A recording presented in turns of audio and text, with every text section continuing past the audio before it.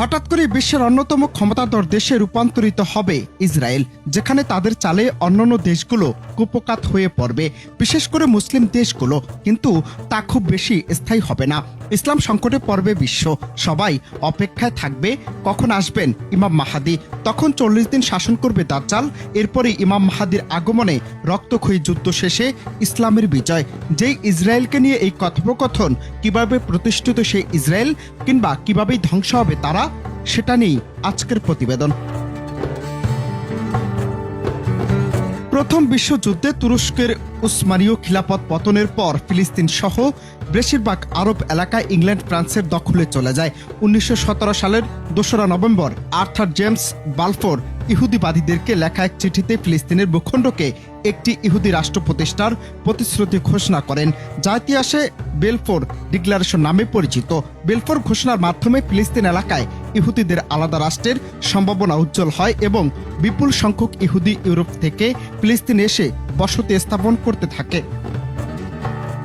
1905 থেকে 1919 সাল পর্যন্ত ফিলিস্তিনে ইহুদিদের সংখ্যা ছিল মাত্র কয়েক হাজার। কিন্তু 1914 সাল থেকে প্রথম বিশ্বযুদ্ধ শুরু হওয়ার পর থেকে 1918 সাল পর্যন্ত ব্রিটিশদের সহযোগিতায় ফিলিস্তিনিদের ইহুদিদের সংখ্যা 15,000-এ উন্নীত হয়। এরপর প্রকাশ্যে ফিলিস্তিনি ইহুদি অধিবাসীদের ধরে এনে জড়ো করা শুরু হলে 1919 থেকে 1923 সাল নাগাদ ফিলিস্তিনি ইহুদিদের সংখ্যা 35,000 পৌঁছে যায়। 1931 সালে ইহুদিদের এই সংখ্যা প্রায় 4 গুণ বৃদ্ধি পেয়ে 1,80,000-এ পৌঁছায়। এভাবেই ফিলিস্তিনি ইহুদি অভিবাসীর সংখ্যা উল্লেখযোগ্য হারে বাড়তে থাকে এবং 1948 সালে সেখানে ইহুদিদের সংখ্যা 6 লাখে উন্নীত হয়। ব্রিটিশরা দ্বিতীয় বিশ্বযুদ্ধের পর ফিলিস্তিন ছেড়ে যাওয়ার সময় ইসরায়েল নামের একটি রাষ্ট্রের ঘোষণা দিয়ে যায়, যা শুরু থেকেই আরব রাষ্ট্রগুলো বিরোধিতা করতে থাকে, যা পরবর্তীতে ইহুদি আর আরব মুসলিমদের যুদ্ধে পর্যন্ত জড়ায়। এ পর্যন্ত সর্বমোট আরবদের সাথে ইহুদিদের 4টি যুদ্ধ হয়েছে। 1948 সালে আরব ইসরায়েল যুদ্ধ, 1956 সালে দ্বিতীয় আরব ইসরায়েল যুদ্ধ, 1967 সাল ও 1973 সালে চতুর্থ আরব ইসরায়েল যুদ্ধ। সে যুদ্ধে ইসরায়েল মারাত্মকভাবে ক্ষতির মুখে পড়ে এবং এক পর্যায়ে পরমাণু বোমা হামলা চালানোর সিদ্ধান্ত নেয় এবং এই সিদ্ধান্ত তারা আমেরিকাকে জানায়। পরবর্তীতে আমেরিকার মধ্যস্থতা যুদ্ধের সমাপ্তি হয়। সূরা বনী ইসরাইল আয়াত নং 4 সেখানে বলা হয়েছে, আমি বনী ইসরায়েলকে কিভাবে সিদ্ধান্ত জানিয়েছিলাম, তোমরা পৃথিবীতে 2 বার অবশ্যই বিশৃঙ্খলা সৃষ্টি করবে এবং ঔদ্ধত্য দেখবে মারাত্মকভাবে। কিন্তু আশ্চর্যের ব্যাপার হলো, কোরআনের এই আয়াত নাজিল হওয়ার পূর্বে ইহুদিরা পৃথিবীতে 2 বার অর্থাৎ খ্রিস্টপূর্ব 587 সাল ও খ্রিস্টাব্দ 70 সালের পূর্বে বিশৃঙ্খলা সৃষ্টি করেছিল। আর এই আয়াত নাজিল হওয়ার পরেও তারা 2 বার বিশৃঙ্খলা সৃষ্টি করবে।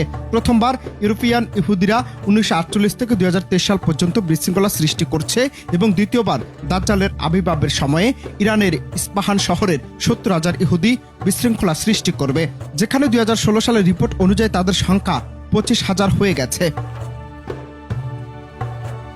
দ্বিতীয়বার ধ্বংস হওয়ার পর অর্থাৎ 70 খ্রিস্টাব্দে বনী ইসরায়েলের উপর জেরুজালেম শহরে তাদের জন্য হারাম হয়ে যায় এবং তারা পুরো বিশ্বের বিভিন্ন জনগোষ্ঠীর মধ্যে ছড়িয়ে পড়ে।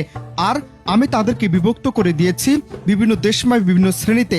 সূরা আরাফ আয়াত নং 168-তে স্পষ্ট করে বলা হয়েছে, এরপর আমি বনী ইসরায়েলকে বললাম, তোমরা বসবাস করতে থাকো, যখন আখিরাতের প্রতিশ্রুতির সময় আসবে তখন তোমাদের একত্রিত করে নিয়ে আসব। এই বাণী সূরা বনী ইসরায়েল আয়াত নং 104-এ বলা হয়েছে। আশা করা যায় তোমরা যদি আল্লাহকে মেনে চলো তাহলে তোমাদের রব তোমাদের উপর রহম করবেন, কিন্তু তোমরা যদি পুনরায় বিশৃঙ্খলা সৃষ্টি করো আমি আবারও তোমাদের ধ্বংস করব। আর আমি কাফেরদের জন্য জাহান্নামকে করেছি কয়েদখানা। সূরা বনী ইসরায়েল আয়াত নং 8-এ স্পষ্ট বলা হয়েছে। এই আয়াতের মাধ্যমে আল্লাহ তাআলা ইহুদিদেরকে হুমকি দিয়ে বলেছেন, ইহুদিরা যদি পুনরায় বিশৃঙ্খলা সৃষ্টি করে তাহলে আল্লাহ তাআলা তাদেরকে আগের মতো আবারও ধ্বংস করবেন, যেরকম ভাবে আগে 2 বার ধ্বংস করেছিলেন, যেমনটি খ্রিস্টপূর্ব 587 সালে এবং খ্রিস্টাব্দ 70 সালে ধ্বংস করেছিলেন। এ তো হলো প্রতিষ্ঠা, কিন্তু বর্তমান ইসরায়েল রাষ্ট্র কিভাবে ধ্বংস হবে? ইসরায়েলের সাথে মুসলিমদের যুদ্ধ চলতেই থাকবে, এরকম বর্ণনা হাদিসে পাওয়া গেছে। আশ্চর্যের ব্যাপার হলো, ইসরায়েল রাষ্ট্র প্রতিষ্ঠার জন্য তারা আরব রাষ্ট্রসমূহের সাথে 4-5 বার যুদ্ধ করে।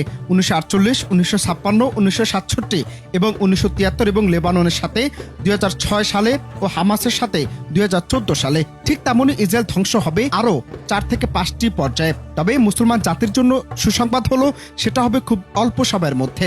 এমনকি ইমাম মাহাদির আবির্ভাবের 5 থেকে 6 বছর পূর্বেই হবে। ভবিষ্যতের সূত্র ধরে ইরান ও ইসরায়েলের ইসরায়েলের মধ্যে সরাসরি যুদ্ধের সম্ভাবনা রয়েছে, কারণ ইসরায়েল ইরানের সাথে যুদ্ধ করতে মরিয়া হয়ে আছে।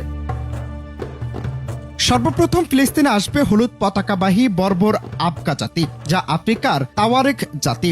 তারাই ইসরায়েলের দালাল খ্যাত মিশরের সরকারকে পরাজিত করে মিশর দখল করবে এবং তাদের একটি দল ফিলিস্তিনে আসবে। তবে তারা খুব অল্প সময় সেখানে থাকবে এবং কালো পতাকাবাহী দল আসহাব জাতি বা ইসলামী স্টেটকে 18 মাস সিরিয়ার তৃতীয় বৃহত্তম হোমস শহর অবরোধ করে রাখবে। তারা ইসরায়েলের সাথে যুদ্ধ করবে এরকম সরাসরি বর্ণনা পাওয়া যায়নি।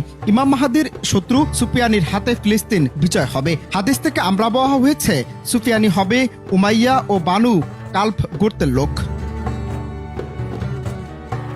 হযরত ওমর বিন মুররা আল জামালি রাদিয়াল্লাহু তাআলা আনহু থেকে বর্ণিত, তিনি বলেছেন রাসূলুল্লাহ সাল্লাল্লাহু আলাইহি ওয়াসাল্লাম বলেছেন, নিশ্চয়ই খুরাসান থেকে একদল কালো পতাকাবাহী লোকের আবির্ভাব ঘটবে এবং তাদের একদল তাদের ঘোড়াগুলো দড়ির সাহায্যে বাইতাল লাহিয়া ফিলিস্তিনের গাজা উপত্যকা এবং হারাস্তা সিরিয়া রাজধানী দামেস্কের নিকটবর্তী এলাকার মধ্যবর্তী স্থানে জাইতুন গাছের সাথে বাঁধবে। ইমাম মাহাদির খিলাফতের শেষ সময় সিরিয়ার ইদলিব ও লাটাকিয়া প্রদেশের সীমান্তবর্তী তুরস্কের অ্যান্টাকিয়া প্রদেশের পাহাড়ি অঞ্চল বা ইসরায়েল ও সিরিয়ার সীমান্তবর্তী টাইবেরিয়াস লেক থেকে তাবৃত আস সাকিনা বা সিন্দুকটি বের করে আনা হবে, যার মধ্যে তাওরাত ও ইনজিল শরীফের আসল কপি থাকবে। এছাড়াও এই তাবৃত আস সাকিনা বা সিন্দুকটি ইহুদিদের কাছে একটা আবেগময় পবিত্র বস্তু, যা দেখে ইসরায়েলের বেশিরভাগ ইহুদি মুসলমান হয়ে যাবেন। হযরত ঈসা আলাইহিস সালামের আকাশ থেকে অবতরণ করার পূর্বে যখন দাজ্জালের আবির্ভাব হবে এবং পুরো পৃথিবীকে বিশৃঙ্খলা সৃষ্টি করবে, তখন ইরানের ইস্পাহার শহরের 70,000 ইহুদি দাজ্জালের সাথী হবে। তারপর হযরত ঈসা আলাইহিস সালাম দাজ্জালকে হত্যা করার পর মুসলিমরা প্রতিটি ইহুদিকে হত্যা করবে। হযরত আবু হুরায়রা রাদিয়াল্লাহু তাআলা আনহু থেকে বর্ণিত, তিনি বলেন রাসূলুল্লাহ সাল্লাল্লাহু আলাইহি ওয়াসাল্লাম বলেছেন, ততক্ষণ পর্যন্ত কিয়ামত হবে না যতক্ষণ পর্যন্ত ইহুদিদের সাথে মুসলিমদের যুদ্ধ না হবে। মুসলিমরা তাদেরকে হত্যা করবে, ফলে তারা গাছ বা পাথরের পেছনে লুকিয়ে থাকবে। তখন গাছ বা পাথর বলবে, হে মুসলিম, হে আল্লাহর বান্দা, এই তো আমার পিছনে একজন ইহুদি লুকিয়ে আছে, আসো তাকে হত্যা করো। কিন্তু গারকাত নামক বৃক্ষ দেখিয়ে দিবে না, কারণ এটা হচ্ছে ইহুদিদের সহায়তাকারী গাছ।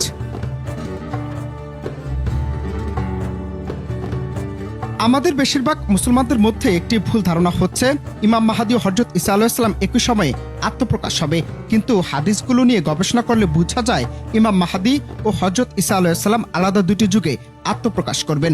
এছাড়াও জেরুজালেম খিলাফতের রাজধানী হিসেবে কয়েক শত বছর প্রতিষ্ঠিত থাকবে।